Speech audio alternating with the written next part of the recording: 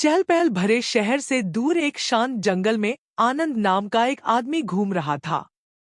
उसका दिल दुख से भरा था और उसका दिमाग चिंताओं से घिरा हुआ था। उसने अपनी नौकरी खो दी थी। उसका परिवार उससे दूर हो गया था और उसके दोस्तों ने उससे मुंह मोड़ लिया था। उसकी परेशानियों का बोझ उस पर भारी पड़ रहा था और वह खुद को बिल्कुल अकेला महसूस कर रहा था। आनंद जंगल में और आगे बढ़ गया तो उसे एक शांत जगह मिली। वहां एक भव्य बोधि वृक्ष के नीचे गौतम बुद्ध बैठे थे।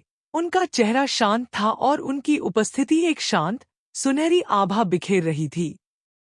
आनंद ने बुद्धत्व की कहानियां सुनी थी और अपनी निराशा में उसे उम्मीद थी कि बुद्ध उसे कुछ सांत्वना दे सकते हैं। भारी मन से आनंद बुद्ध के पास गया और उनके सामने घुटने टेक दिए। हे ज्ञानवान, उसने कांपती आवाज में कहा, मैं अपनी समस्याओं से परेशान हूँ। मैं शांति पाने और अपनी परेशानियों का हल पाने के लिए आपकी तलाश कर रहा हूँ। बुद्ध ने अपनी आंखें खोली और आनंद को गहरी करुणा से देखा। अपने मन को शांत करो मेरे मित्र, बुद्ध ने कोमल स्वर में कहा। मेरे साथ बैठो और दुनिया की चिंताओं को दूर भगाओ। अपनी आंखें बंद करो, गहरी सांस लो और वर्तमान क्षण पर ध्यान केंद्रित करो। जैसे ही आनंद ने अपनी आंखें बंद की और गहरी सांस लेने लगा, बुद्ध ने बोलना शुरू किया। आनंद, दुख जीवन का एक हिस्सा है। यह हमारी इच्छाओं और आसक्तियों से उत्पन्न होता है। हम चाहते हैं कि चीजें अलग हों और जब वे अलग होती हैं तो हम दुख भोगते हैं।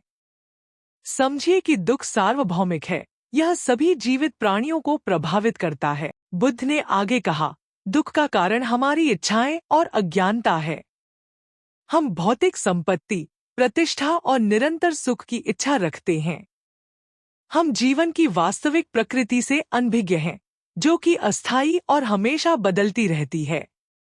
ये इच्छाएं और अज्ञानता हमें दुख के चक्र में बांधती हैं। बुद्ध ने शांत मुस्कान के साथ कहा, दुख को समाप्त करने का एक तरीका है। यह हमारी इच्छाओं और अज्ञानता को छोड़ देने से है, जीवन की वास्तविक प्रकृति को समझने से है। जब हम छोड़ देते हैं तो हमें शांति और ज्ञान मिलता है।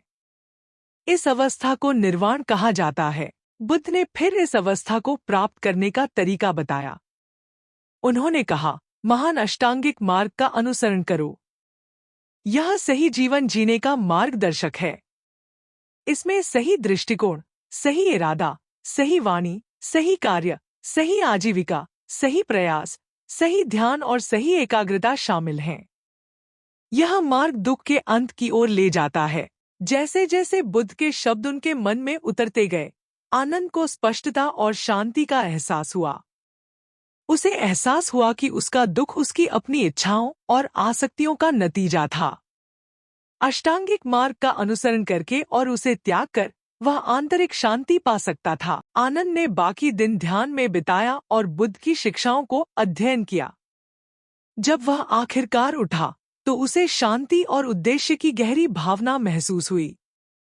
उसने बुद्ध को धन्यवाद दिया और जंगल से बाहर निकल गया, एक नए दृष्टिकोण के साथ अपने जीवन का सामना करने के लिए तैयार। अपने परिवर्तन से प्रेरित होकर आनंद ने बुद्ध की शिक्षाओं को दूसरों के साथ साझा करने का फैसला किया।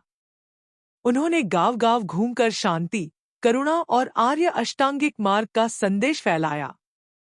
आनंद का जीवन कई लोगों के लिए आशा की किरण बन गया, जिसने दिखाया कि आंतरिक शांति का मार्ग हम सभी के भीतर है। जैसे ही कहानी खत्म होती है, हम बुद्ध को एक बार फिर बोधि वृक्ष के नीचे ध्यान करते हुए देखते हैं, जो शाश्वत शांति और ज्ञान का प्रतीक है।